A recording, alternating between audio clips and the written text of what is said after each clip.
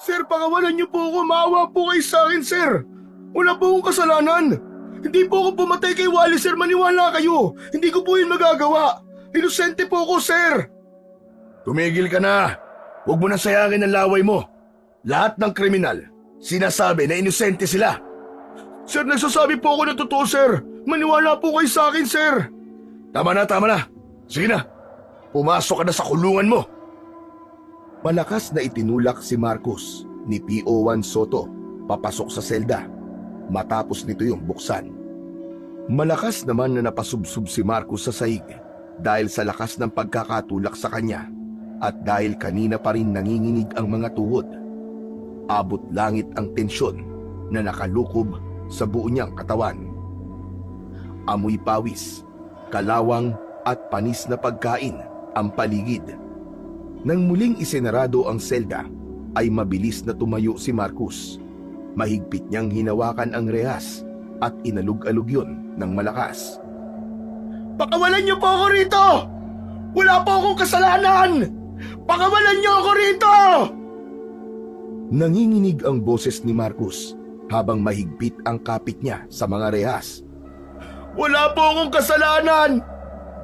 Hindi po ako pumatay, maniwala kayo! Pakawalan niyo ako rito! Biglang nag-angat ng tingin ang nag-iisang preso na kasama roon ni Marcos mula sa isang sulok. Matanda na ito. May puti na ang buhok, ngunit matikas pa rin ang tindig. Tumigil ka na. Kahit anong gawin mo, kahit anong sabihin mo, walang maniniwala sa'yo. Humarap si Marcos sa lalaki. Pero totoo po sinasabi ko. Hindi ako dapat narito. Wala akong ginawang masama.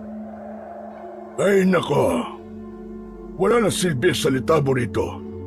Kahit magpaliwanag ka na magpaliwanag, kriminal ka na sa mga mata nila.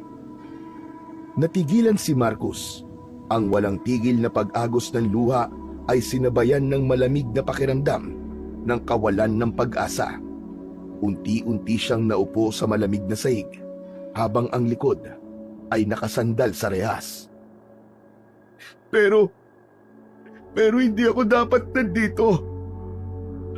Wala talaga akong kasalanan. Napatulala si Marcos. Bumalik sa isip niya ang alaala ng gabing yon. Ang gabing nagpabago sa kanyang buhay. Nasa bahay noon si Marcos nang marinig niya ang sigaw ng kapitbahay na si Wally. Malakas at puno ng takot ang sigaw, kaya mabilis siyang tumakbo palabas habang dala ang itak na ginagamit sa pagtatrabaho bilang tagagapas ng damo. Puno ng kadiliman ang paligid, ngunit nakita niya si Wally na nakahandusay sa lupa. Wakwak ang tiyan nito habang may aswang na sinisipsip ang dugo nito sa leeg. Nang makita si Marcos ng aswang, ay siya naman ang inatake nito. Habang pilit niyang iniiwasan ang matatalim na kuko ng aswang, ay nawalan siya ng balanse at nasubsob sa bangkay ni Wally. Naramdaman niya ang malagkit na dugo sa kanyang muka at kamay.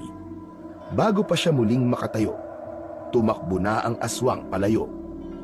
Sa pagkakataon na yon, ay may mga taong dumating pero wala na ang aswang. At dahil siya ang nakita ng mga tao na nasa tabi ng bangkay ni Wally at may hawak pa siyang itak, ay siya ang pinagbintangan ng mga ito na pumatay kay Wally. Hindi kumibo si Antonio mula sa pagkakaupo niya sa sahig. Walang tigil ang pag-agos ng luha sa kanyang mga mata habang unti-unti niyang naramdaman ang bigat ng realidad na wala nang makikinig at maniniwala pa sa kanya. Unang gabi ni Marcos sa loob ng kulungan at tanging ang mga hilik ng kasama niyang preso ang kanyang naririnig. Nakahiga si Marcos sa maliit na higaan. Pilit ipinipikit ang mga mata, ngunit hindi niya magawang makatulog. Ang kanyang dibdib ay tila may mabigat na batong nakadagan. At ang mga alaala ng gabing yon ay paulit-ulit na bumabalik sa kanyang isipan. Ang dilim ng paligid, ang sigaw ni Wally at ang aswang. Lahat ng yun ay hinding-hindi niya makakalimutan habang siya ay nabubuhay. Kung hindi dahil sa aswang na yon, wala sana ako rito ngayon. Mariing pumikit si Marcus, ngunit lalo lang luminaw ang imahe ng aswang sa kanyang isipan. Naramdaman niya ang galit na bumangon sa kanyang dibdib. Parang apoy yun na lumalagablab at unti-unting nilamon ang takot at hinanakit niya. Makalabas lang talaga ako rito. Hahanapin at papatayin kitang hayop ka. Ngunit ang galit ay biglang napalitan ng hilakbot nang siya ay nakatulog na. Sa kanyang panaginip, naroon siya muli sa lugar kung saan natagpuan niya ang bangkay ni Wally. Maliwanag ang buwan at naroon ang aswang. Nakaluhod at sumisipsip ng dugo mula sa bangkay. Biglang lumingon ng aswang sa kanya at mabilis siyang sinugod. Biglang nagising si Marcus nang may yumugyug sa kanyang balikat. Sa pagmulat niya ay sumalubong sa kanya ang mukha ng preso na kasama niya sa selda. Binabangungot ka! Panay ang ungol mo! Kaya ginising na kita! Napaupo si Marcus sa sulok ng higaan. Itiniklop niya ang mga tuhod at niyakap ang mga yon habang malakas na nanginginig ang buo niyang katawan. Makinig ka sa akin, bata. Hindi ko alam kung ano ang kwento mo. Ngunit, mapapahamak ka rito kung magpapadala ka sa takot mo. Kung gusto mong mabuhay, matuto kang harapin kung ano man ang kinatatakutan mo. Hindi sumagot si Marcus. Patuloy lang siyang nanginginig. Ngunit sa kanyang isipan, unti-unti nang nabubuo ang isang plano at yun ay ang patayin ng aswang na dahilan kung bakit siya nasa loob ng kulungan. Pagsapit ng tanghali ay tinawag na ang mga preso para kumain. Lumabas na si Marcus sa kanyang selda at pagdating niya sa lugar kung saan sila kumakain ay sumalubong sa kanya ang nakakabinging ingay mula sa bungguan ng mga tray, palitan ng mura at halakhakan ng mga preso. Sa dulo ng pila, tahimik na nakatayo si Marcus habang bitbit ang isang tray na may bakas ng kalawang. Nang nasa unahan na siya, ay inabot sa kanya ng bantay ang isang platong may lugaw at kapirasong tuyo. Hindi na kumibo pa si Marcus, bagkus ay umalis na siya sa pila at nagtungo sa isang sulok ng kainan. Tahimik na naupo si Marcus habang nakayuko. Nakatingin lang siya sa kanyang pagkain. Ngunit hindi pa man niya nagagalaw ang kanyang pagkain nang isang preso na may malaking katawan ang bigla na lang umagaw sa pagkain niya. Aalmasana si Marcus, pero pinanlakihan siya ng mga mata ng preso. Tila napako siya sa kinauupuan niya. Kita sa mukha ng preso ang tapang at yabang. Napansin niyang nagmamasid ang ibang preso na parang naghihintay kung lalaban ba siya o hindi. Ngunit sa huli, mas pinili na lang ni Marcus ang manahimik at yumuko. Tumatawang umalis ang presong kumuha ng pagkain ni Marcus. Pinigilan niyang maiyak ng sandaling yun kahit awang-awa na siya sa kanyang sarili. Habang tahimik na nilulunod ng emosyon si Marcus, isang lalaking nasa edad 50 anyos ang lumapit sa kanya. Umupo ito sa harapan niya at inilipag nito sa gitna ng lamesa ang dala nitong tray na may lugaw at tuyo. Natinalan tayo rito sa pagkain ko, bata. Hindi kumibo si Marcus at hindi rin siya tumingin sa lalaki. Kailangan mong kumain. Isang beses lang tayo pinapakain dito kada araw. Tubig na lang ang magiging kakampi mo hanggang mamayang gabi. Ako nga pala si Antonio. Magkasama tayo sa selda. Tumingin si Marcos sa lalaki. Doon lang niya nakita ng maayos ang itsura ni Antonio dahil may kadiliman nga sa selda. Ikaw, bata, anong pangalan mo? Marcos. Alam mo, Marcos, ganito talaga dito. Kapag nakita ka nilang mahina ka, kakayang-kayanin ka nila. Dapat matuto kang maging matapang at ipakita sa kanila na hindi ka mahina. Ganyan din ako nung una ako rito. Pero sa loob ng halos 10 taon, nakasanayan ko na ang kalakaran dito. Hala, sige na. Kumain ka na. Di bali ng konti, basta may laman ng tiyan. Kinuha ni Marcos ang isang kutsara at nagsimulang kumain ng walang kibo. Habang pinagsasaluhan nila ni Antonio ang lugaw at tuyo, ay ramdam niya ang hirap at takot sa kanyang bagong mundo. Kaya patuloy siyang nangako sa kanyang sarili na hindi siya magtatagal doon. Gagawin niya ang lahat upang makaalis siya sa lugar na yon. Tirik na tirik ang araw ng umagang yon. Pakiramdam ni Marcos ay maliliit na karayom na tumutusok sa kanyang balat ang init ng araw. Lahat ng preso ay nasa malawak na bakuran sa likod ng kulungan. Sa gitna ng lupaing tinataniman ng gulay, tahimik na nagbubungkal ng lupa si Marcos gamit ang kalawanging asarol. Ang pawis niya ay tumutulo sa lupa. Matapos magbungkal, ay sinimulan niyang itanim doon ang mga punla ng mustasa. Maya-maya pa ay lumapit si Antonio na may dala ring mga punla sa isang kamay. Umupo ito sa tabi ni Marcos. Sobrang init, no? Parang ginagawang sisig ang utak natin. Hindi sumagot si Marcos. Ipinagpatuloy niya lang ang pagtatanim ng punla. Kumusta ka na nga pala, Marcos? Tinanong mo pa talaga, ha? Hindi ako magiging okay hanggang nandito ako sa impyernong lugar na to. Alam mo, bata, hindi ka magtatagal dito kung lagi kang ganyan. Kailangan mong matutong makisama at makipagkaibigan. Hindi ko kailangan makisama sa kahit na sino sa inyo dahil alam kong hindi ako magtatagal dito. Yan din ang sinabi ko noon eh. Pero tignan mo, mga 10 taon na ako ritong nakakulong. Teka, sandali. Bakit ka nga pala napunta rito? Anong ginawa mo? Tumigil si Marcos sa ginagawa at tumitig sa punlang hawak niya. Matagal siya bago sumagot at halata ang pag-aalinlangan sa kanyang mga mata. Ayoko nang pag-usapan yan. Abay, bakit naman? Kasi alam ko na kung ano ang mangyayari. Tatawanan mo lang ako eh. Hindi ka rin maniniwala. Baka isipin mo pa na nababaliw na ako. Ganun ba? Eh bakit hindi mo subukang magkwento? Malay mo, maniwala ako. Saglit na natahimik si Marcos at pinakiramdaman niya ang sinseridad sa boses ni Antonio.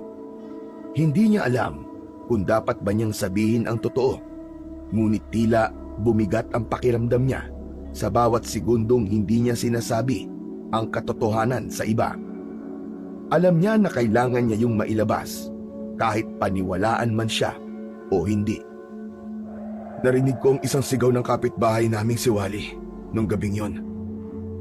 Agad akong tumakbo papunta sa bahay niya habang may dala akong itak. Pagdating ko ron, nakita ko siya. Isang nilalang. Hindi tao. Ang itsura niya, mahaba ang dila. Pulang-pulang mga mata. Nakakakilabot. Aswang ba? Tama ka. Aswang ang nakita ko. Inatake niya ako pero bigla siyang tumakas. Nang dumating ang ibang tao, nakita nila akong puno ng dugo at may hawak na itak. Kaya yun, inakala nila na ako ang pumatay sa kapitbahay namin. Sinabi ko naman sa kanila na aswang ang pumatay kay Wally, pero walang naniwala sa akin ni isa. Tahimik na nakatitig si Antonio kay Marcos matapos marinig ang kwento niya. Tila nag-iisip ito ng malalim, ngunit walang sinasabi. Naging mabigat ang katahimikan sa pagitan nilang dalawa na nagdulot ng pagkairita kay Marcos. O ano? Kita mo na? Tama ako, di ba? Hindi ka naniniwala sa kwento ko. Nanatiling walang imik si Antonio at hindi nagbabago ang ekspresyon sa mukha nito. Sabi ko na nga, be. Bakit pa kasi ako nagkwento sa'yo? Pareho ka lang din ng ibang tao. Iniisip mo ba ngayon na nasisiraan na ako ng ulo? Naniniwala ako sa'yo, Marcos. Hindi lang ako makapaniwala na halos pareho pala tayo ng pinagdaanan. Teka, anong ibig mo sabihin? Sa baryo namin ay isa akong manunugis ng aswang. Lihim yun at walang ibang nakakaalam kundi ako lang. Matagal ko nang ginagawa yun.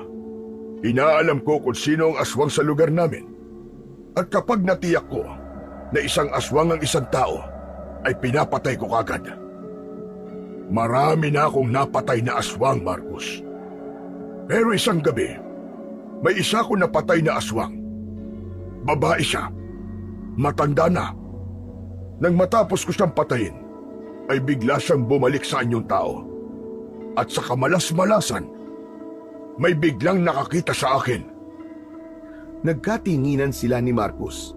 Sa mga mata ni Antonio, nakita ni Marcus ang lungkot at bigat ng kwento nito. Wala akong nagawa ng sandaling yun. Sa paningin nila, tao ang pinatay ko. Pero hindi nila alam kung anong klaseng halimaw siya bago ko siya napaslang.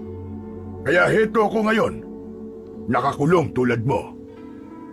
Kung ganun, hindi pala ako nag-iisa. Hindi ka nag-iisa, Marcus. Kaya naniniwala ako sa kwento mo.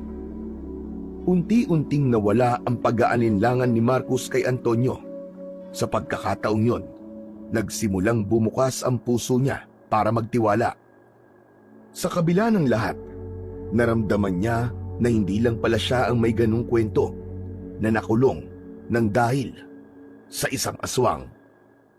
Ang mga unang linggo ni Marcus sa kulungan ay nagmistulang isang bangungot na hindi niya kayang takasan.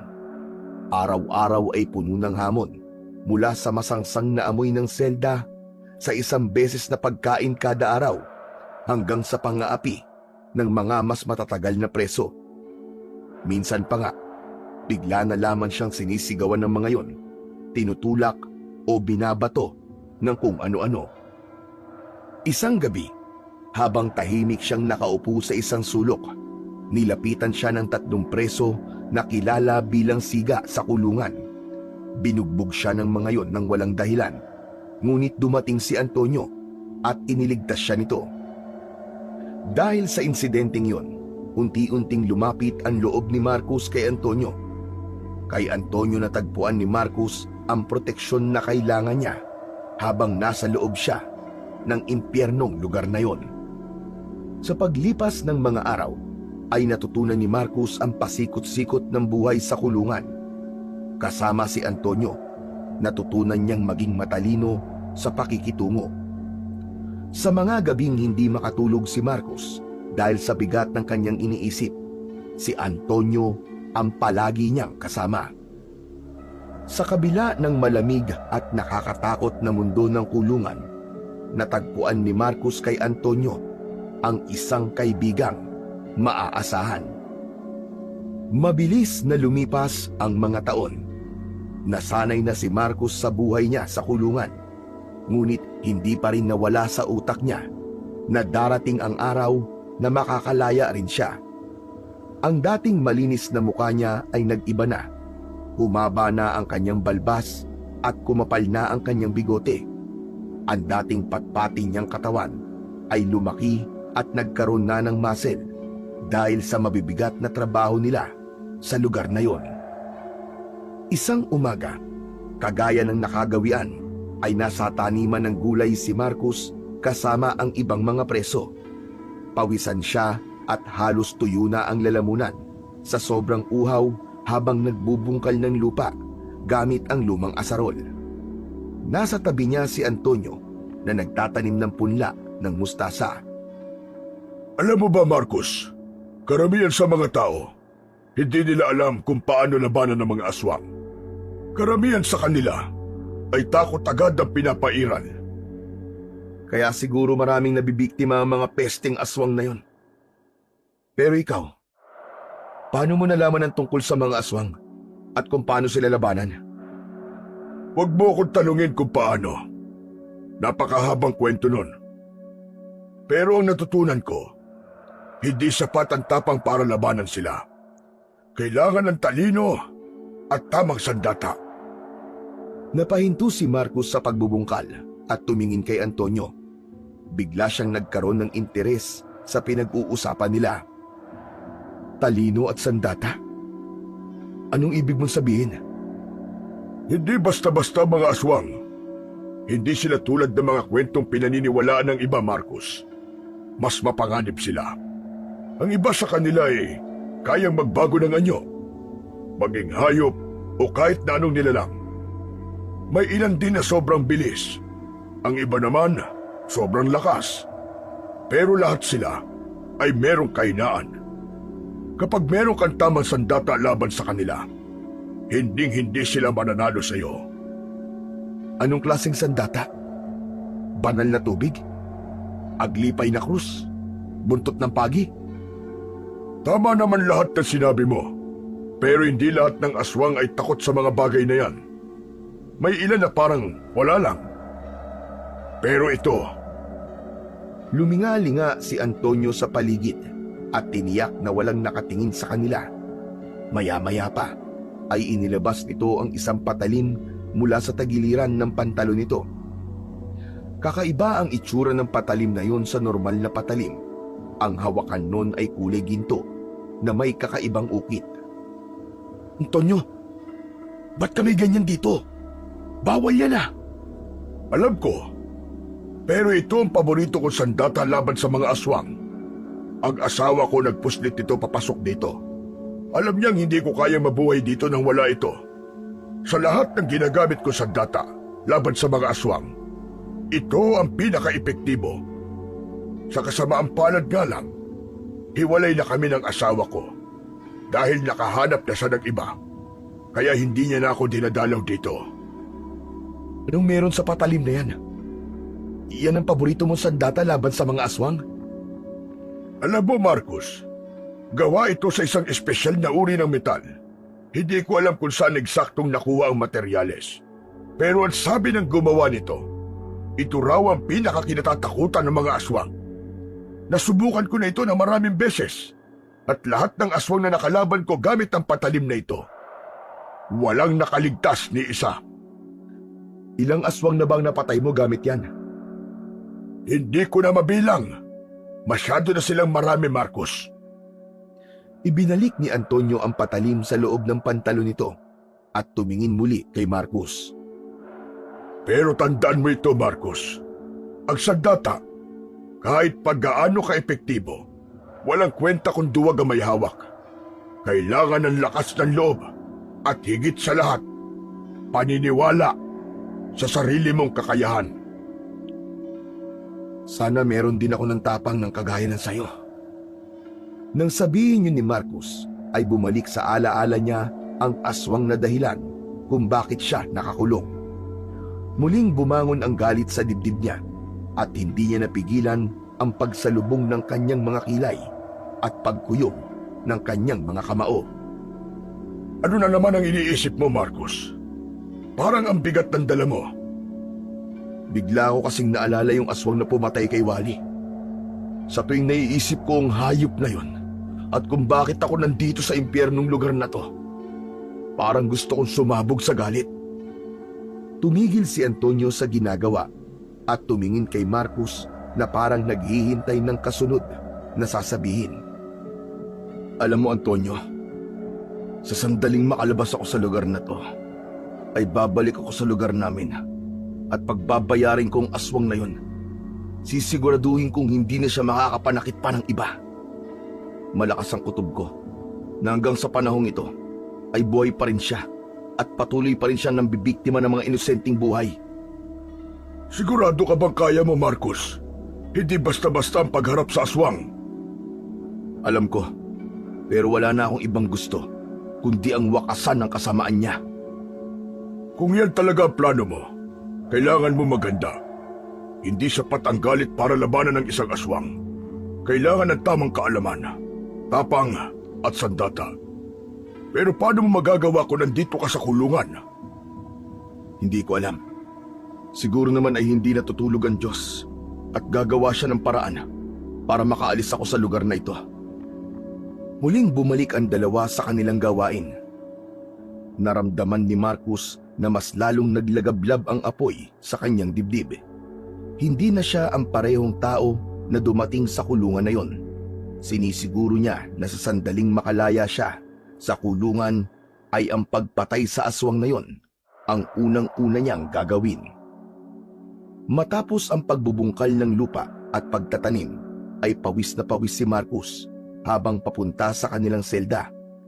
Habang naglalakad kasama ang ibang preso, ay napansin niya na wala si Antonio sa tabi niya. Luminga siya ngunit hindi niya nakita ang kanyang kaibigan.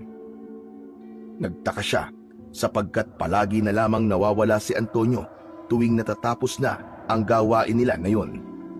Pasimple siyang humiwalay sa grupo ng mga preso upang hanapin ang kaibigang si Antonio.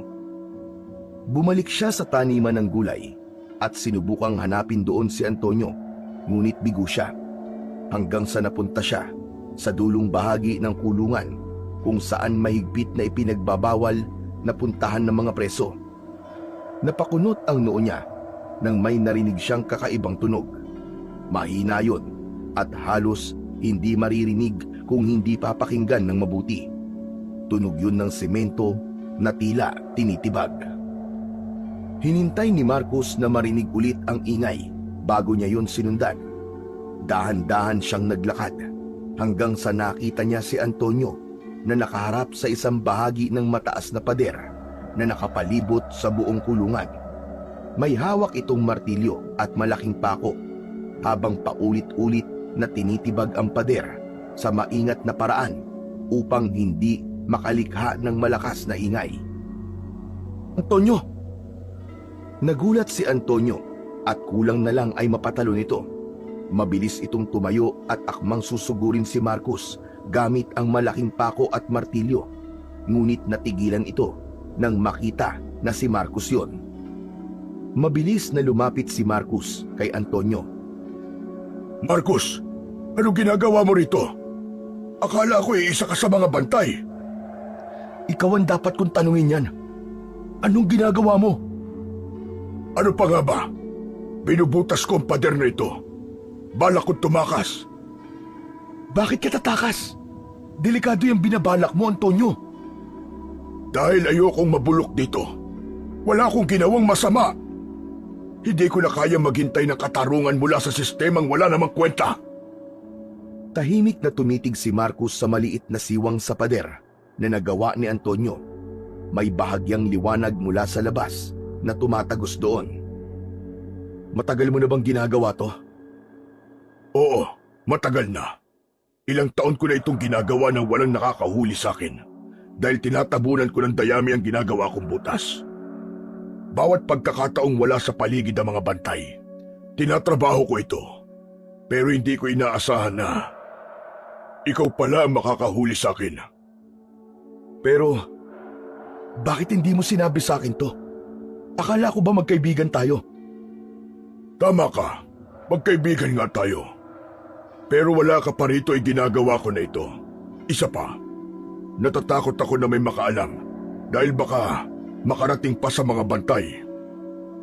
Bakit ba gusto mong tumakas?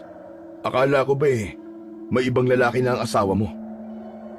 Oo nga, pero may mga anak ako, Marcos. Kailangan nila ako. Sa kagaya ng sinabi ko, ayokong mabulok sa lugar na ito.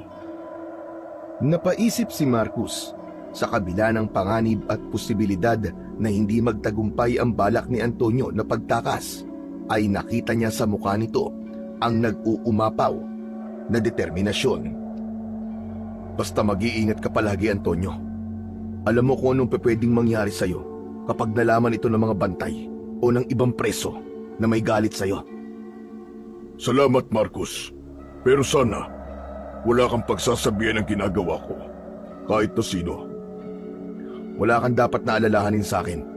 Hindi kita ipapahamak. Dahil kaibigan kita. Sige na, bilisan mo na dyan at sumunod ka na sa akin. Baka mahalata ng mga bantay na wala pa tayo sa loob. Tahimik na umalis si Marcos at iniwan si Antonio upang ipagpatuloy ang ginagawa nito. Habang naglalakad pabalik sa selda, ay hindi niya naiwasan ang kabahan para sa kaibigan.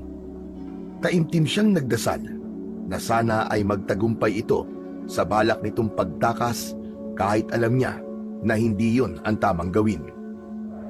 Kinagabihan, nakahiga na si Marcos sa loob ng selda, ngunit hindi niya magawang makatulog. Iniisip niya ang planong pagtakas ni Antonio hanggang sa sumagi sa isip niya na kung sasama siyang tumakas sa kanyang kaibigan ay makakabalik na siya sa lugar nila upang harapin ang aswang na dahilan kung bakit siya nakakulong.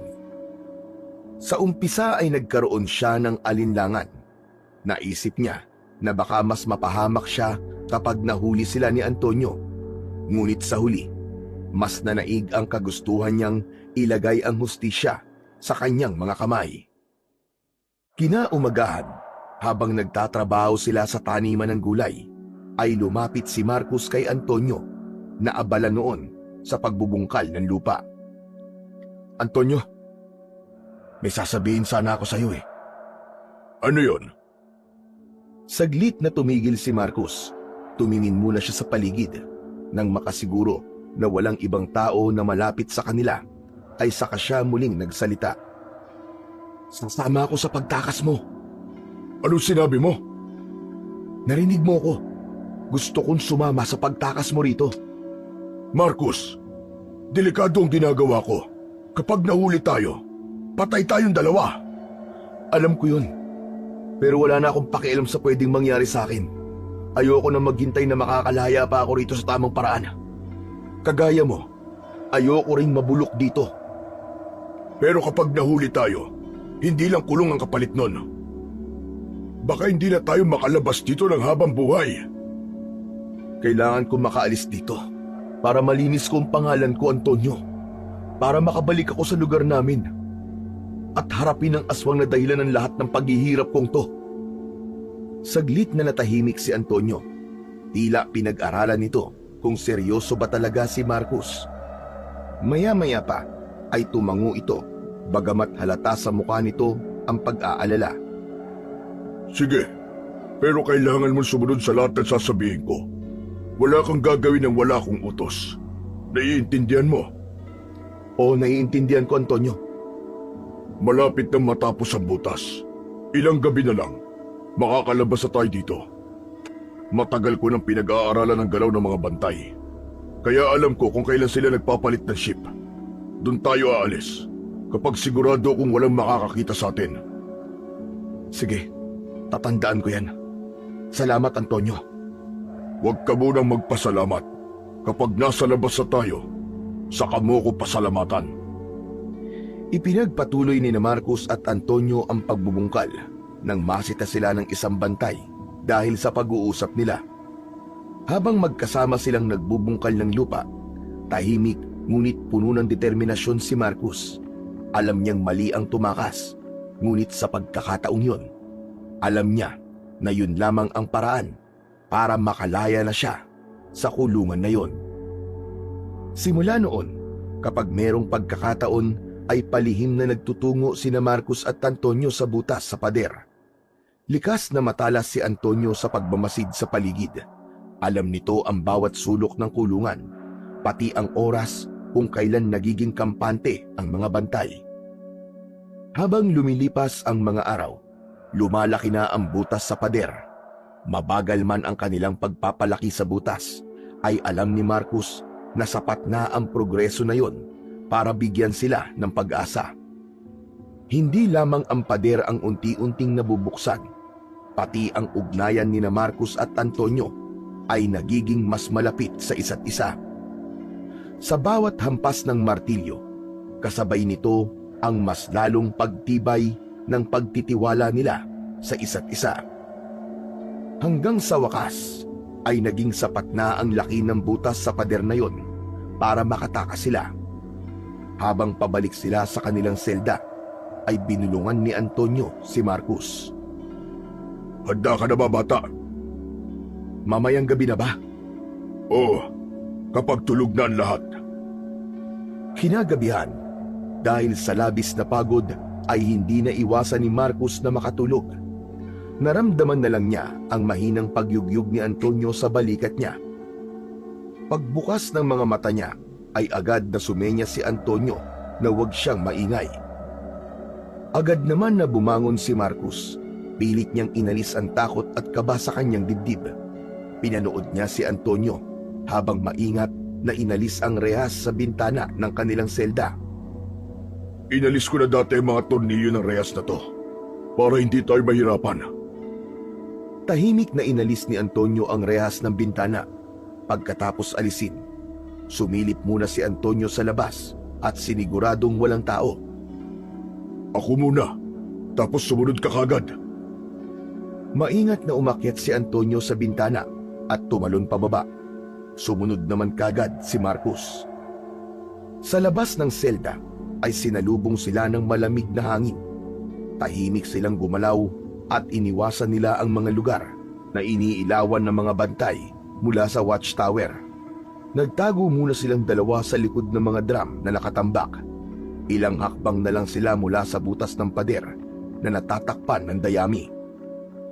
Ramdam ni Marcus ang bilis ng tibok ng kanyang puso habang nakatingala sa watchtower.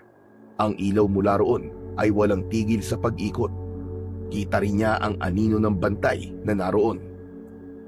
Antonio, gaano katagal bago mawala ng bantay yung tore? Ilang minuto lang ang tatagal niyan. Maya-maya ay bababa na yan para magkape. Tahimik silang naghintay. Makalipas ang ilang sandali, ay bumaba na sa watchtower ang bantay. Oras na, Marcus! Takbo! Nagmamadaling tumakbo sina Marcus at Antonio patungo sa butas sa pader. Nang makarating sila roon, ay mabilis nilang inalis ang mga dayami na nakatakip doon. Nang tumambad sa kanila ang butas sa pader, ay hindi napigilan ni Marcus ang maluha dahil abot kamay na niya ang kalayaan na ilang taon nang ipinagdamot sa kanya. Marcus, ikaw na mauna. Pero paano ka? Susunod ako. Basta bilisan mo lang. Mabilis na lumabas si Marcus sa butas. Mas malamig ang hangin sa labas ng kulungan at halos hindi makapaniwala si Marcus na nakalabas na siya. Tumayo siya saglit at huminga ng malalim. Maya-maya pa ay lumingon siya pabalik sa butas. Ngunit hindi pa man nakakagalaw si Antonio ay isang malakas na putok ng baril ang yumanig sa katahimikan ng gabi. Sinundan yun ng napakalakas na sirena na halos bumasag sa kanyang mga tenga. Antonio! Bilisan mo na! Lumabas ka na! Mabilis na sumilip si Marcus sa butas at bumilis ang tibok ng puso niya nang nakita niya ang mga pulis na papalapit sa kinaroroonan ni Antonio. Babalikan sana ni Marcus si Antonio para tulungan pero pinigilan siya nito. Hindi! Diyan ka lang, Marcus! Huwag kang alis dyan! Biglang hinugot ni Antonio ang patalim mula sa bewang nito at itinapon yun kay Marcus. Agad yung sinalo ni Marcus. Antonio, lumabas ka na rin! Malapit na sila! Bilisan mo! Huli na ang lahat para sa akin, Marcus. Halos hindi makapagsalita si Marcus.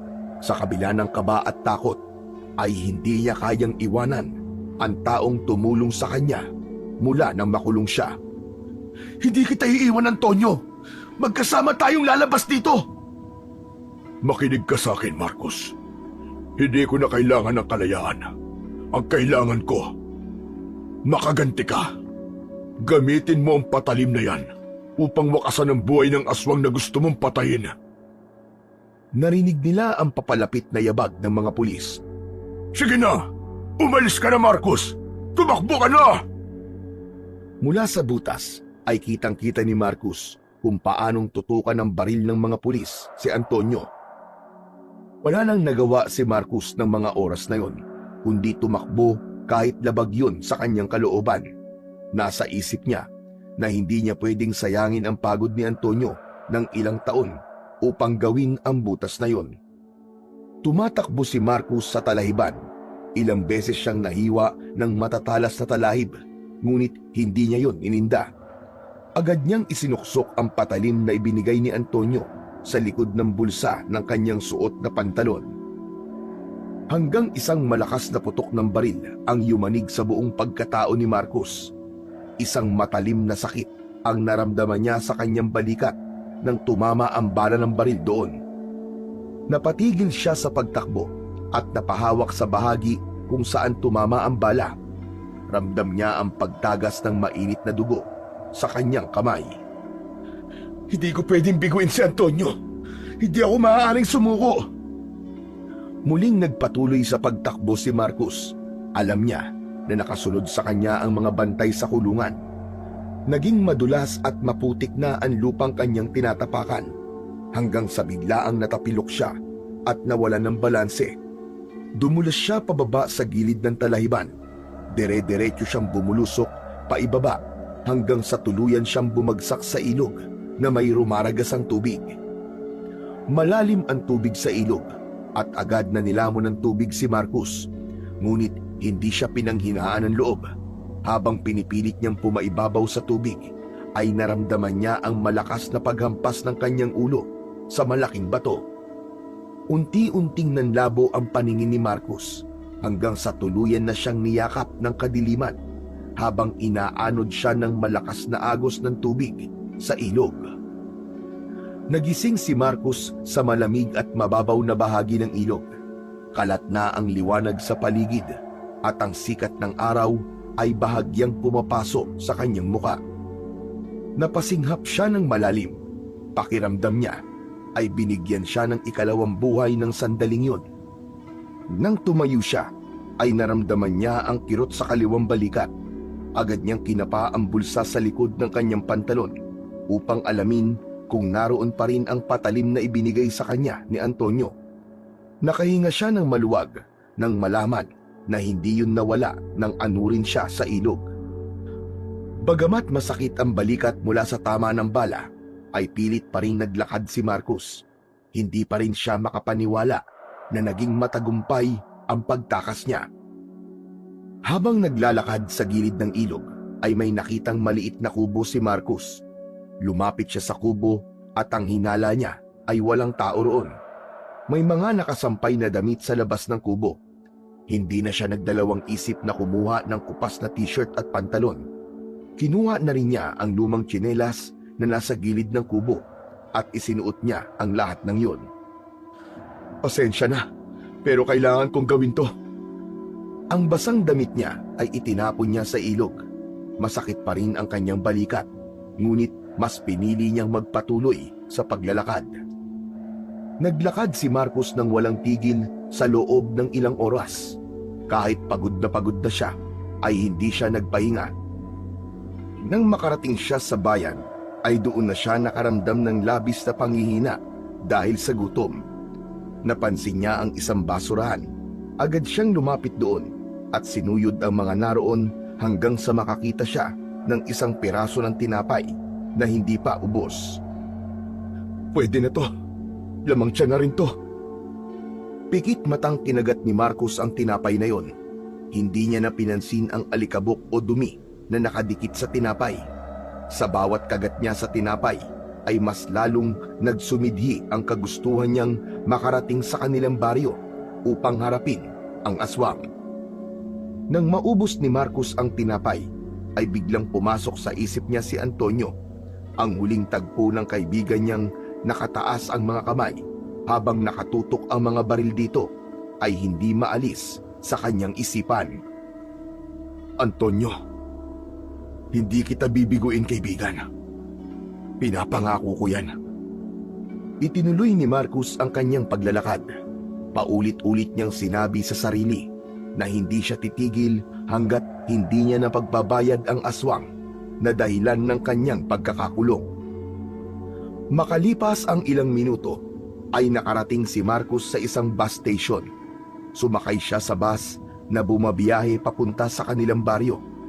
Napansin niyang halos puno na ang loob nun, ngunit may isang bakanting upuan sa may likuran. Nagmamadali siyang umupo roon bago pa siya maunahan ng iba. Sa gilid ng upuan ay may nakasingit na tiket ng bus. Kinuha niya yun at inalis ang pagkakalukot. Bago umalis ang bus, ay nag-inspeksyon muna ang konduktor para sa mga pasahero na wala pang tiket. Mabilis naman na ipinakita ni Marcos ang tiket na nakita niya sa upuan nang tumapat sa kanya ang konduktor. Dahil sa dami ng tao, ay hindi na yun masyadong tiningnan pa ng konduktor. Nang umandar na ang bus, ay tahimik lamang si Marcus na nakatingin sa labas ng bintana.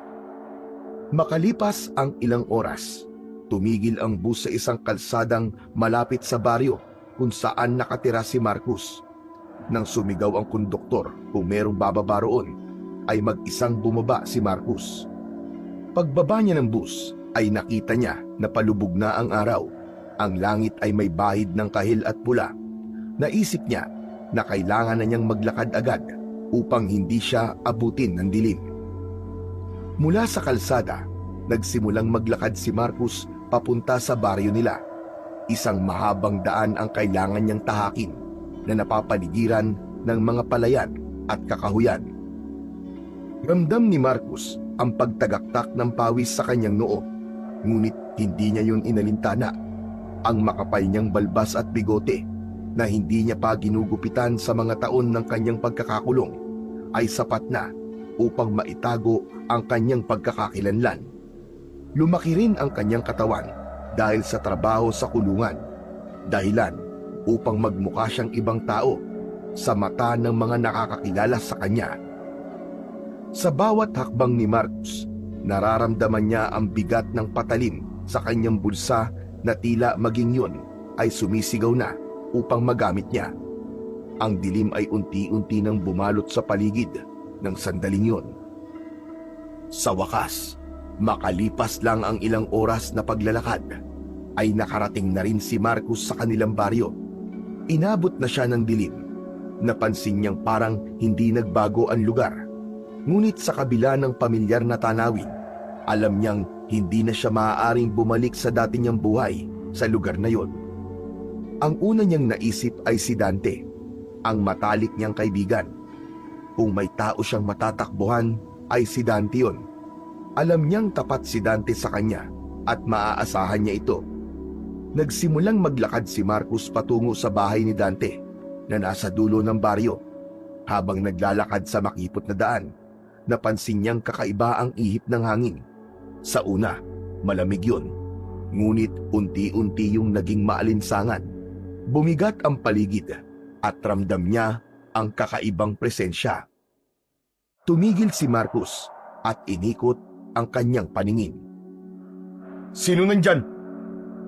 Wala siyang nakitang tao, ngunit naramdaman niya ang biglang pagbilis ng tibok ng kanyang puso. Maya-maya pa, isang malakas na hangin ang dumaan sa likod niya at biglang sumulpot ang isang anino mula sa kadiliman. Isang aswang ang lumitaw na may mahahabang kuko, matalim na ngipin at mapulang mga mata. Ikaw ang aswang na pumatay kay Wally. Hindi kita pwedeng makalimutang hayop ka. Sinubukan siyang sugurin ng aswang, ngunit lahat ng ginawa nitong pag-atake ay matagumpay na naiwasan ni Marcus. Hinugot niya ang patalim mula sa kanyang bulsa at iniumang yon sa aswang. Agad niyang nakita ang takot sa mukha ng aswang pagkakita sa patalim niya. Doon niya nalaman na totoo ang sinabi ni Antonio na kinatatakutan ng mga aswang ang patalim na yon. Umatras ang aswang. Tumakbo naman si Marcus pasugod dito, ngunit bago pa siya makalapit ay biglang tumakbo ang aswang palayo. Hindi na nag-aksaya ng oras si Marcus. Hinabol niya ang aswang habang mahigpit niyang hawak ang patalim. Bumalik ka rito! Harapin mo ako! Ngunit napakabilis ng aswang. Tumalon ito sa isang makapal na halamanan at mula roon ay tuluyan na itong naglaho. Huminto si Marcus sa paghabol sa aswang. Habol niya ang kanyang paghinga. Tumigil si Marcus, hingal na hingal. Matalim siyang nakatingin sa direksyon kung saan nawala ang aswang. Mas humigpit ang hawak niya sa patalim at naramdaman niya ang kakaibang init nun sa kanyang palad. Alam niyang ang patalim ang dahilan kung bakit natakot ang aswang. Duwag kang hayop ka, pero magkikita pa rin tayo. At sa susunod, titiyakin ko na hindi ka na makakatakas at papatayin kita. Binalikan niya ang daan patungo sa bahay ni Dante. Alam niyang kailangan niyang maghanda dahil simula pa lang yun ng mas malaki niyang laban. Pagkalipas ng ilang minuto ay narating na ni Marcos ang maliit na kubo ni Dante sa dulo ng baryo. Lumapit siya sa binto at marahang kumatok. Nakarinig siya ng kaluskos sa loob nun at maya-maya pa, bumukas ang pinto. Bumungad sa kanya si Dante na agad na napakunot ang noo nang makita siya. Sino ka? Anong kailangan mo sa akin ng ganitong oras? Dante, hindi mo ba ako nakikilala? Ako to, si Marcos. Natigilan si Dante na para bang inisip nito kung nagsasabi siya ng totoo o hindi. Ngunit nang mapagmasdan siya nito ng mabuti, ay biglang nagliwanag ang mukha nito. Marcos! Hindi maaari! Ikaw ba talaga yan? Oo, ako nga to. Halika! Pasok ka pare! Pinatuloy ni Dante si Marcos sa loob ng kubo. Naupo si Marcos habang si Dante naman ay nanatiling nakatayo sa kanyang harapan. Kailan kayo lumaya pare? Bakit hindi mo ko sinabihan? Hindi ako lumaya, Dante. Tumakas ako. Ano? Tumakas ka? Diyos ko Marcos, alam mo ba delikado yung ginawa mo? Pinapalit po mundo mo pare. Alam ko, pero wala akong ibang paraan na maisip para makalabas sa kulungan kundi ang tumakas. Bakit ka pumunta rito? Alam mo bang pwede ako madamay kapag hinarap ka ng mga pulis? Pare ayoko ng problema. Nananahimik ang buhay ko. Hindi ka madadamay, nangangako ko. Kaya nakikiusap ako sa'yo na dito muna ako titira sa bahay mo kahit pansamantala lang. Sandaling tumahimik si Dante, ngunit halatang hindi pa rin ito kampante. Bilang kaibigan mo, wala akong magagawa kundi ang tulungan ka pare. Pero paano kung may makakita sa'yo? Siguradong isusumbong ka nila sa mga pulis. Hindi nila ako makikilala pare. Ikaw nga hindi mo ako nakilala kung hindi ko pa sinabi kung sino ko. Tignan mo ako, Dante. Malaki na ang pinagbago ko. Kung sa bagay tama ka. Pero bakit ka tumakas? Anong dahilan? Pare, hindi ako ang pumatay kay Wally. Hindi ko pagbabayaran ng isang kasalanan na hindi ako ang gumawa. Pero pare malinaw ang lahat. Nakita nila. Ikaw ang kasama ni Wally nung gabing yun. Oo, kasama ko nga siya. Pero hindi ako ang pumatay sa kanya. Isang aswang ang pumatay sa kanya, pare. Bahagyang natawa si Dante, ngunit halata ang nerbiyos sa tawa nito. Ano ka mo? Aswang? Marcos, seryoso ka ba? Parang hindi naman totoo yung mga aswang-aswang na yan eh. Dante, sa pagkakakilala mo sa akin, kaya ko bang pumatay? Hindi pare, kilala kita. Hindi mo magagawa yun. Kaya ako tumakas ay dahil gusto kong patayin ang aswang na pumatay kay Wally. Gusto kong linisin ang pangalan ko at higit sa lahat, gusto kong magiganti sa halimaw na yun. Napatingin si Dante kay Marcos. Bakas sa mukha nito ang halo-halong emosyon, takot, pag-aalinlangan, ngunit may bahid din ng pangunawa. Diyos ko Marcos, ano ba tong pinasukan mo? Hindi mo kailangan maniwala sa akin ngayon. Pero nangangako ko na patutunayan ko sa lahat na totoong may aswang dito sa baryo natin. At yun ang pumatay kay Wally. Sige, dito ka muna pare. Pero sana alam mo ang ginagawa mo. Huwag ka mag-alala pare, dahil hindi ako magiging problema. Maraming salamat Dante ha. Hindi ako nagkamali ng taong nilapitan. Para kay Marcos ay malaking bagay para sa kanya na nasa kanya ang tiwala ng kaibigan niya. Maagang nagising si Marcos kinabukasan. Maingat niyang isinuksok ang patalim sa loob ng kanyang jacket. Isinuot niya ang isang lumang sombrero na nakita niya sa bahay ni Dante upang mas lalo pa niyang maitago kung sino talaga siya. Paglabas niya ng bahay ni Dante, tumambad sa kanya ang lugar na dati ay tinawag niyang tahanan. Ngunit sa pagkakataon na yon, alam niyang may isang halimaw na nagtatago sa lugar na yon. Tahimik siyang naglakad. Ang bawat taong nadadaanan niya ay pinagmamasdan niya ng mabuti. Ang kilos ng mga yon, mga galaw ng mata, at kung ano pang palatandaan na masasabi niya na aswang ang taong nakikita niya. Nagpatuloy si Marcos sa kanyang paglalakad. Sa huli, natagpuan niya ang sarili sa isang lumang tulay. Huminto siya at tumingin sa paligid habang ang kanyang mga mata ay nagbabaga sa galit. Hindi ka makapagtatago sa akin habang buhay. Hahanapin kita hanggang sa makita kita. Sa araw na yon ay bigo si Marcos na matagpuan ang aswang. Maya-maya ay naglakad na siya pabalik sa kubo ni Dante.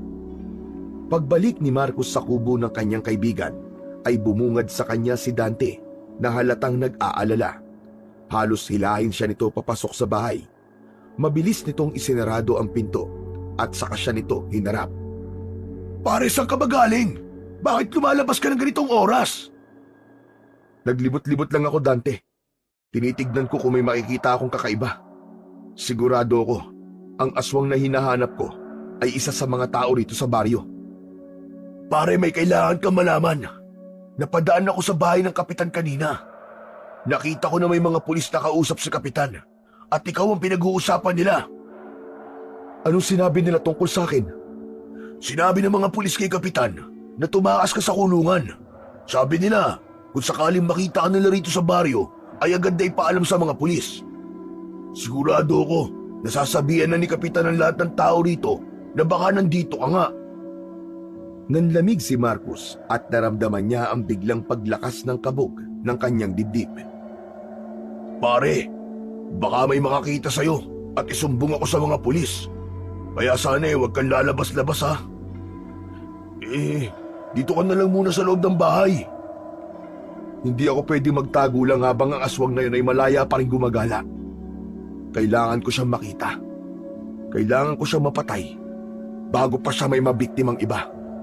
Pare, ako na nagsasabi sa'yo, walang aswang dito sa baryo natin. Kung meron man pare, bakit wala namang sumunod mula nung pinatay si Wally? Kung nakita mo lang sana ang aswang na yun ang gabing pinatay niya si Wally, sigurado ko na hindi kanya nasasabihin mo, Dante. Kaya hindi ako titigil hanggat di ako nakakasiguro na patay na ang halimaw na yun. Pero Marcos, paano kung mahuli ka ng mga pulis? Paano kung mapahamak ka? Isipin mo nga yun. Ito ang tandaan mo, Dante. Hindi ako papayag na mahuli ng mga pulis hanggat hindi ko napapatay ang aswang na yun. Tumalikod si Marcos at dumungaw sa bintana. Alam niya na nag-aalala lang ang kaibigan niya para sa kanya, pero hindi niya pwedeng sundin ang nais nito na manatili siya sa loob ng bahay. Naisip niya na kung hindi siya maaaring lumabas sa umaga, ay sa gabi niya gagawin ang paghahanap sa aswang. Kinagabihan, tahimik na nilisan ni Marcos ang bahay ni Dante. Siniguro niya na tulog na ang kanyang kaibigan dahil alam niya na pipigilan siya nitong umalis. Nakasuot siya ng sombrero habang dala ang patalim na ibinigay sa kanya ni Antonio. Sa kanyang paglalakad, may napansin siyang isang anino sa malayo. Isang babae ang nag-iisang naglalakad sa gitna ng dilim. Agad siyang nagtago sa likod ng isang puno. Nang makalampas ang babae, ay saka lang siya lumabas. Maglalakad na sanang muli si Marcos nang marinig niya ang pagsigaw ng babae. Nang lingunin niya ito, ay nakita niya ang aswang na nasa harapan ng babae na takot na takot. Hindi na nagdalawang isip si Marcos na sumugod sa direksyon ng babae. Hinila niya ang babae palayo sa aswang at siya ang humarap dito. Agad na sumugod ang aswang kay Marcos, ngunit mabilis niyang naiwasan ang mga pag-atake nito. Nagpalitan sila ng pag-atake, ang patalim ni Marcos laban sa mahabang kuko ng aswang. Hanggang sa nakahanap si Marcos ng pagkakataong saksakin ng aswang sa balikat. Malakas na umungol ang aswang. Naramdaman niya ang panghihina ng aswang nang bumaon ang patalim sa katawan nito. Itinulak ng aswang si Marcos na naging sanhi upang mapaupo siya sa lupa. Bago pa man makatayo si Marcos, ay mabilis nang tumakbo ang aswang palayo. Sinubukan niya yung habulin, ngunit mabilis yung nawala sa kanyang paningin. Hingal na bumalik si Marcos sa babae. Nakaupo ito sa lupa habang nanginginig sa takot.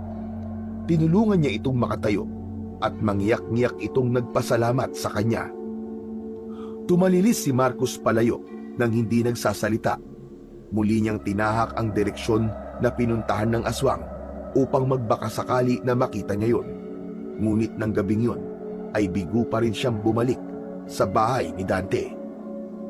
Kinaumagahan, ginising ni Dante si Marcos para kumain ng almusal.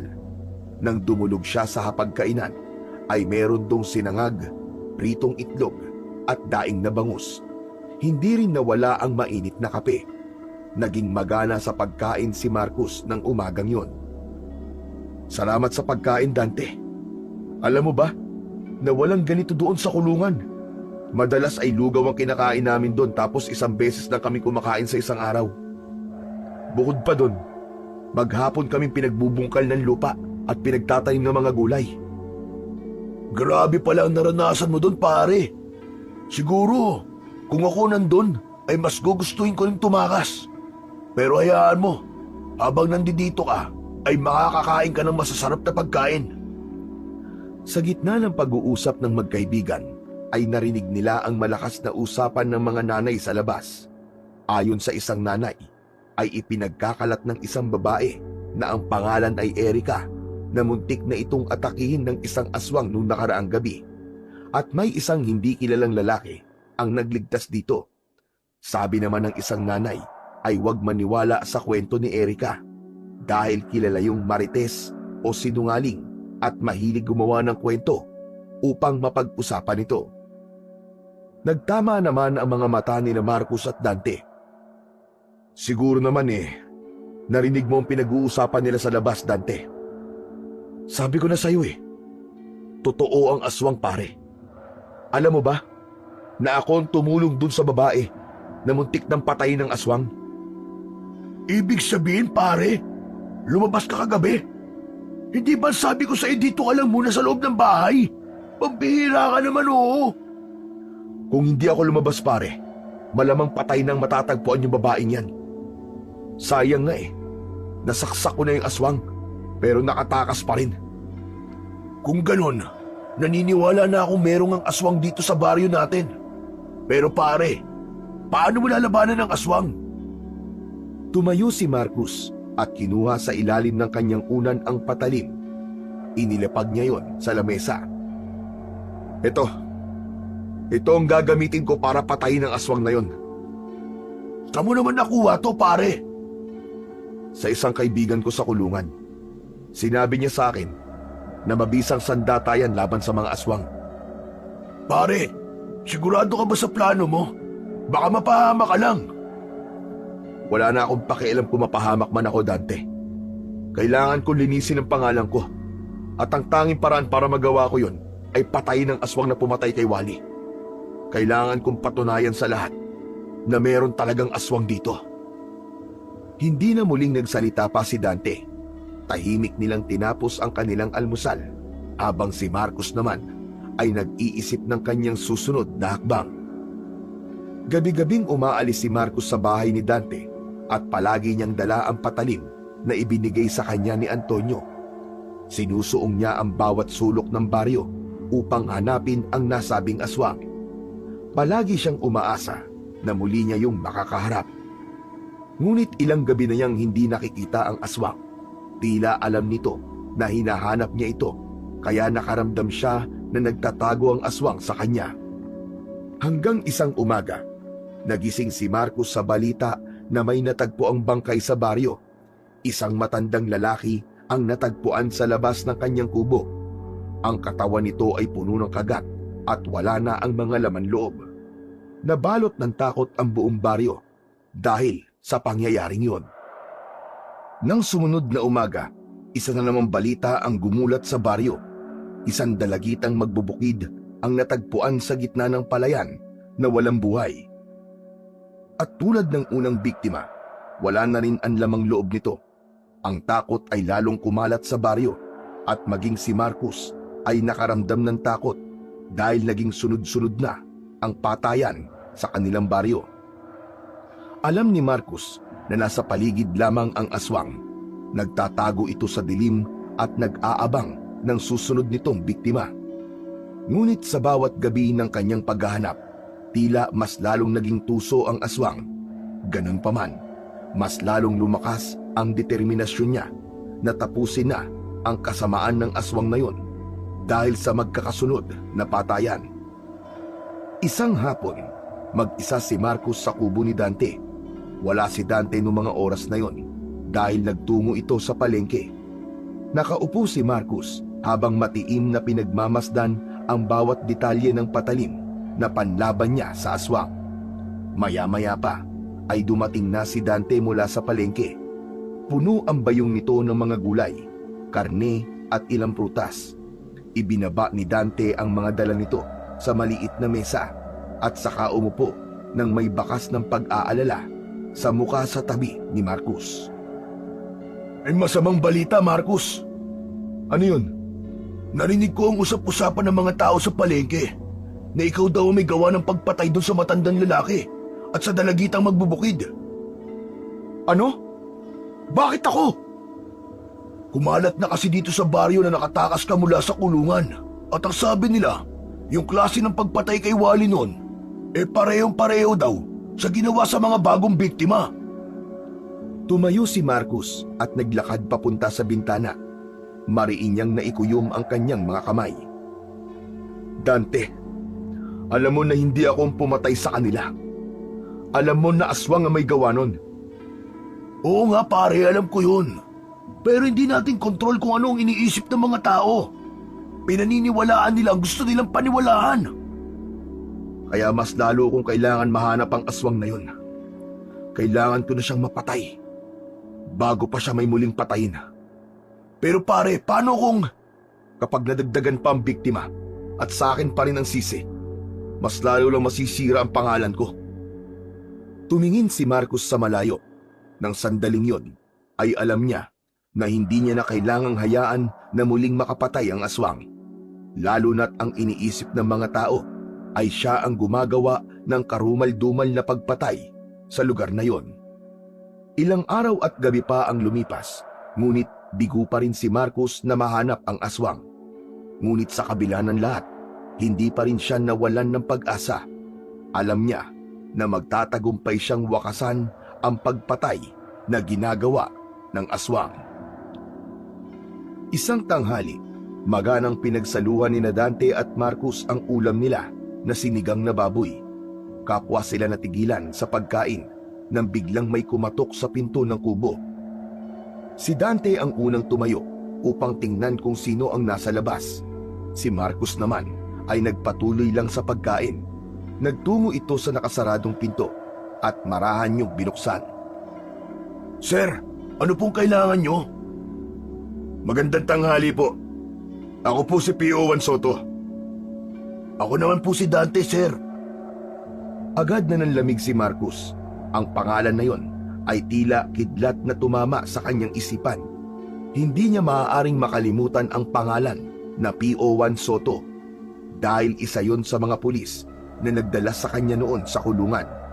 Tatayo na sana siya upang magtago pero naging mabilis ang kanyang utak. Kinuha niya ang kanyang pinggan at inilagay yon sa batalan. Naisip niya na baka pumasok ang pulis at kapag nakita nito na dalawa ang pinggan na nasa hapag, ay magtaka ito. Matapos yun, ay nagtungo na si Marcus sa likod ng aparador. Halos hindi na siya humihinga ng sandaling yun. Sir, ano po bang maitutulong ko sa inyo? May hinahanap kaming tao. Nakita mo ba ang taong to? Marcus Robles ang pangalan niya. Kilala ko nga po ang taong to, sir. Dati po siyang nakatira rito. Pero matagal ko na po siyang di nakikita eh. Sa pagkakaalam ko po, nakakulong po siya. Ganun nga, tama ka. Pero tumakas siya sa kulungan. At siya ang prime suspect sa dalawang pagpatay dito sa baryo nyo. Malakas ang aming hinala na nandito siya ulit sa baryo nyo. Nanlamig si Marcus, parang tumigil ang mundo niya habang nakikinig mula sa likod ng aparador. Ganun po ba? Bihira po kasi ako lumabas ng bahay eh. Kaya hindi ko rin po masyadong alam ang mga nangyayari dito sa lugar namin, sir. Pwede bang silipin ang loob ng kubo mo? Standard procedure lang to. Sige po, pasok po kayo. Wala naman akong tinatago dito, sir eh. Bago pa makapasok si PO1 Soto, ay tahimik na naglakad si Marcos papunta sa bintana. Maingat siyang lumabas mula roon. Nagawa niyang bumagsak sa lupa nang hindi gumagawa ng ingay. Mula sa sawali na dingding ay sumilip si Marcos sa loob ng kubo. Nakita ni Marcos na iniikot ng pulis ang paningin nito sa loob ng kubo. Nanlaki ang mga mata niya nang damputin ni PO1 Soto ang patalim niya na nasa ibabaw ng lamesa. Kaninong patalim to? Yan po ba, sir? Sa akin po yan. Ipinamana po sa akin ng lolo ko. Bakit po, sir? Parang nakita ko na to dati pero hindi ko matandaan kung saan. Hindi na po ako magtataka, sir. Sa palengke lang po yan binili nun ng lolo ko Kaya sigurado ko na maraming nagmamayari na ganyan ang itsura. Pinagmasdan ng mabuti ng pulis ang patalim, saka yun muling inilapag sa lamesa. Nagmasid pa ito ng sandali, saka muling tumingin kay Dante. O sige, salamat sa oras mo.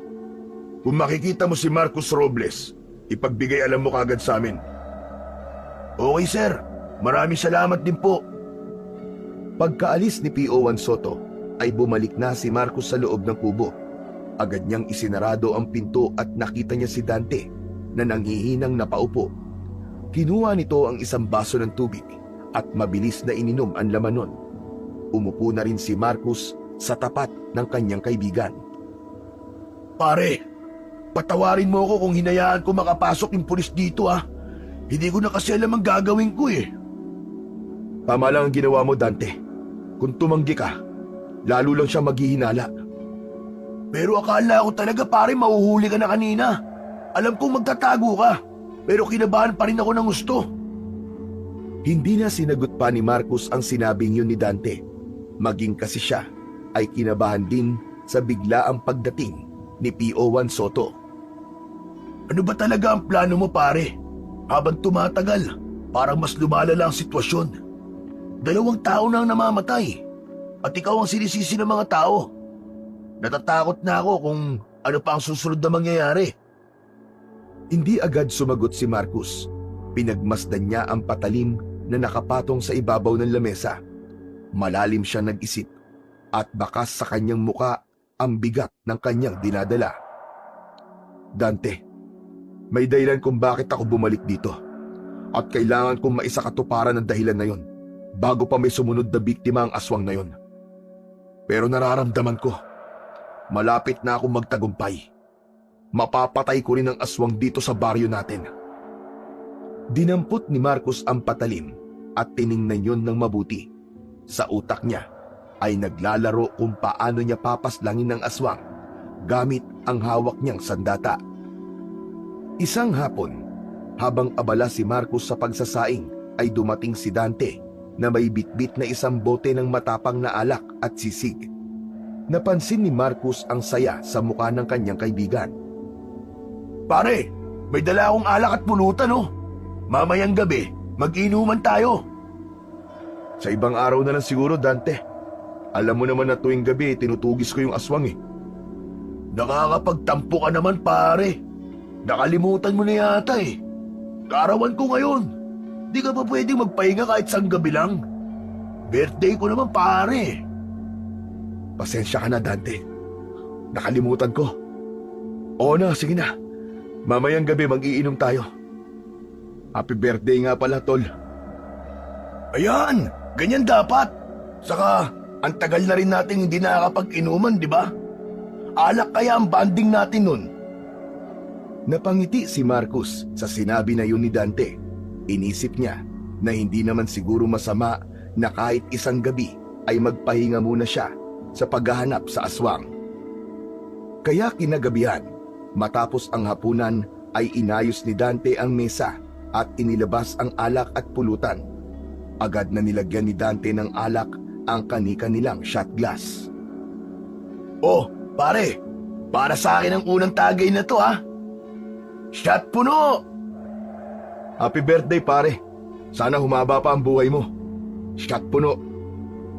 Pinagbunggo nila ang kanilang shot glass at diretsong ininom ang alak na sinundan kagad nila ng pag-inom ng tinimplang pineapple juice.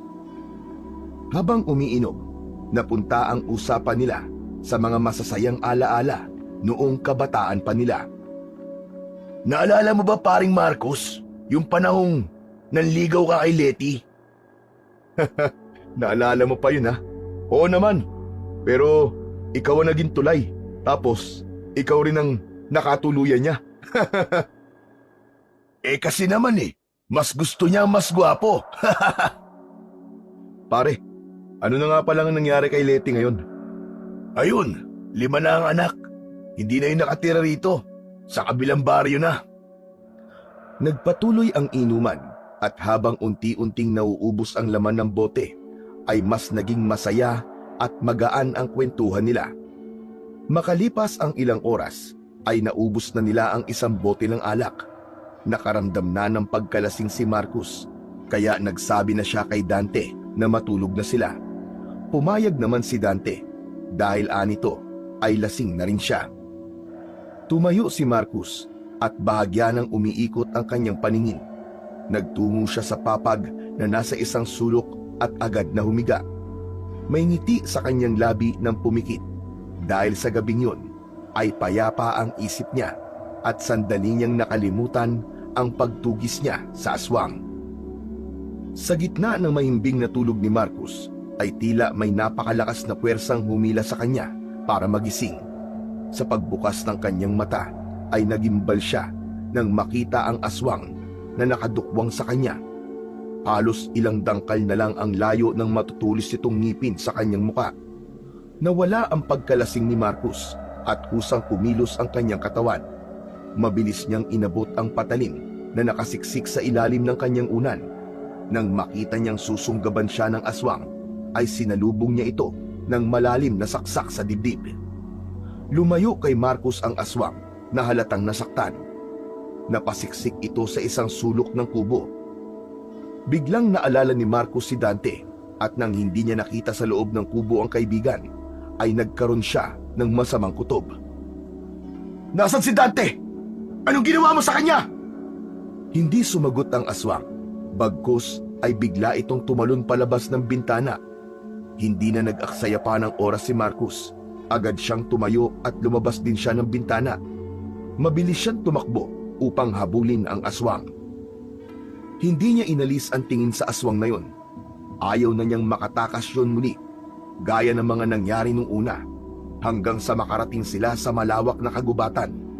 Biglang tumigil ang aswang sa pagtakbo at humarap yun kay Marcos. Huminto rin si Marcos at tinapunan niya ng matalim na tingin ang aswang. Hindi siya nagpakita ng takot. Tigilan mo na ako. Kung hindi, ay mapipilitan akong patayin ka. Nagpapatawa ka ba? Matapos kong makulong ng maraming taon, ay ganyan lang ang sasabihin mo sa akin, hayop ka? Masyado ka kasing pakailamero. Kung hindi ka na lang sana lumabas ng bahay mo, hindi ikaw ang mapagbibintangang pumatay kay Wally. Hindi na nagsalita si Marcos at hinanda niya ang sarili dahil alam niyang hindi yun magiging madaling laban. Sa likod ng kanyang isip ay naroon pa rin ang pangamba niya para kay Dante. Ngunit buo na ang kanyang loob na tapusin na ang aswang sa gabi na yon. Mahigpit ang pagkakahawak ni Marcos sa patalim habang unti-unti siyang lumalapit sa aswang na nananatiling nakatayo. Nang ilang dipa na lamang ang layo niya sa aswang, ay saka siya sumugod ng mabilis at sinubukan niyang saksakin ng aswang. Ngunit sa bilis ng aswang ay nagawa nitong makaiwas sa pag-atake ni Marcos. Tumalon ang aswang palayo kay Marcos at agad ding tumakbo pabalik. Hindi inasahan ni Marcos ang galaw na yun ng aswang, kaya ang naisipan niyang gawin ay tumakbo. Pero pagtalikod niya ay naramdaman niya ang pagbaon ng matatalim na kuko ng aswang sa kanyang likod. Napaluhod si Marcos sa lupa.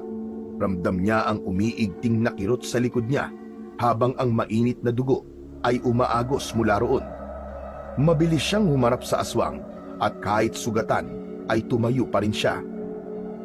Umalis ka na sa baryong to kung gusto mo pa mabuhay. Kalimutan mo na lang ang lahat.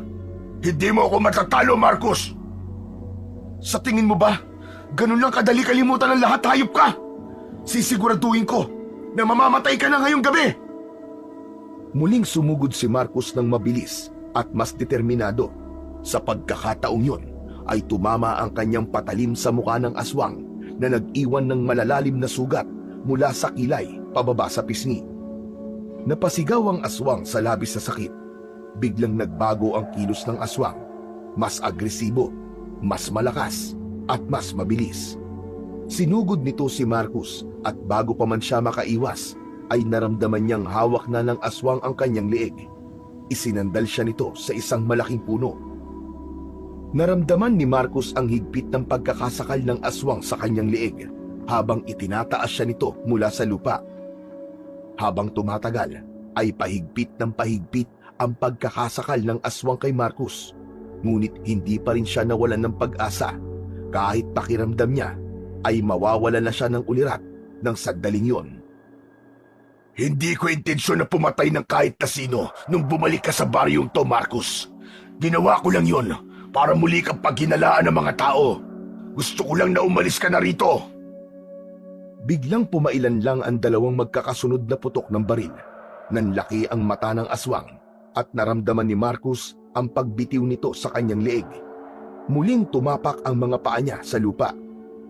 Hindi na nag-aksaya pa ng oras si Marcos at nilaslas niya ang leeg ng aswang gamit ang patalim.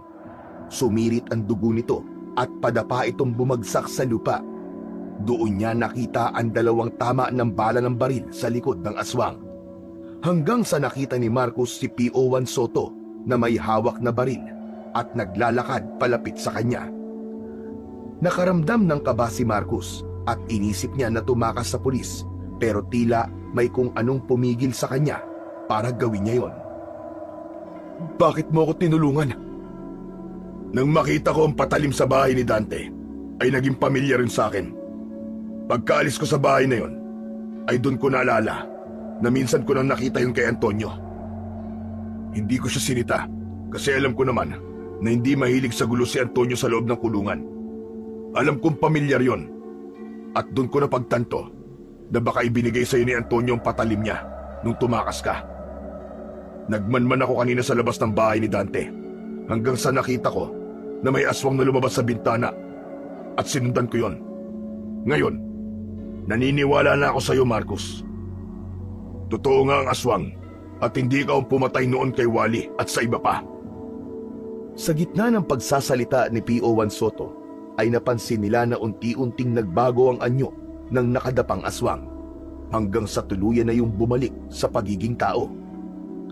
Sa wakas, malalaman na natin kung sino ang hayop na aswang na to. Lumapit si Marcos sa katawan at itinihaya niya yon upang makita nila kung sino yon. Ganun na lang ang pagkagimbal niya nang makita ang muka ng aswang. Dante? Hindi! Hindi maaari! Dante! Bakit? Dante! Agad na niyakap ni Marcos ang walang buhay na katawan ni Dante habang walang tigil ang pagdaloy ng kanyang mga luha. Patawarin mo ako, Tol! Hindi ko alam! Hindi ko alam! Sa puntong yun, tila biglang lumiwanag ang lahat ng mga tanong sa isipan ni Marcos. Ang babala ng aswang na umalis siya, ang mga pagtatangkang takutin siya upang iwan ang baryo. Lahat ng yun ay dahil ayaw siyang saktan ni Dante. Lumapit si PO1 Soto kay Marcos nang bahagyang humupa ang kanyang emosyon at tinapik siya nito sa balikat. Marcos, kahit alam kong inosente ka, pero kailangan mo pa rin bumalik sa kulungan. Kung inosente ako, bakit kailangan ko pang bumalik sa kulungan? Kailangan nating sundin ang tamang proseso. Alam kong hindi ka nagkasala, ngunit may sistema tayong kailangan respetuhin. May kapatid akong abogado at mahusay siya. Kakausapin ko siya para tulungan ka. At nangangako ko, Marcos, titestigo ko para patunayan na wala kang kasalanan.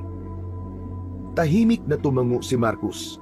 Pinunasan niya ang kanyang mga luha at hinawakan ang malamig na kamay ni Dante sa huling pagkakataon.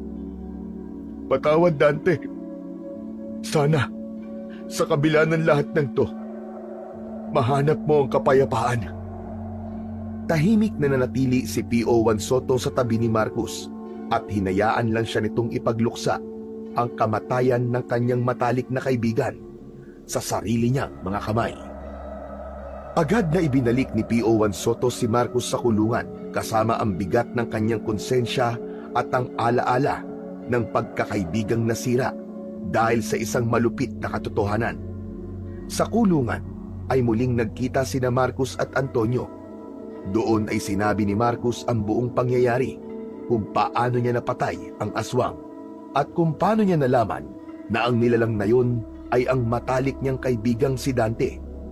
Malungkot si Antonio sa narinig, ngunit nagbigay ito ng lakas ng loob kay Marcos na magpatuloy at harapin ang bukas. Sa tulong ng abogadong kapatid ni P.O. Juan Soto, muling binuksan ang kaso ni Marcos. Sa mga testimonya at mga ebidensyang nakalap, ay nagpatunay na walang sala si Marcos. Pagkalipas lamang ng ilang buwan, tuluyan nang nakalaya sa kulungan si Marcos. At 1 taon lang ang lumipas, ay si Antonio naman ang pinalaya sa kulungan. Nagpasya ang dalawa na talikuran ang kanilang nakaraan at magsimula ng panibagong buhay. Lumipat sila sa isang lugar na walang nakakakilala sa kanila. Dala ang pag-asang maitatama nila ang kanilang mga pagkakamali at muling makakahanap ng katahimikan at kapayapaan.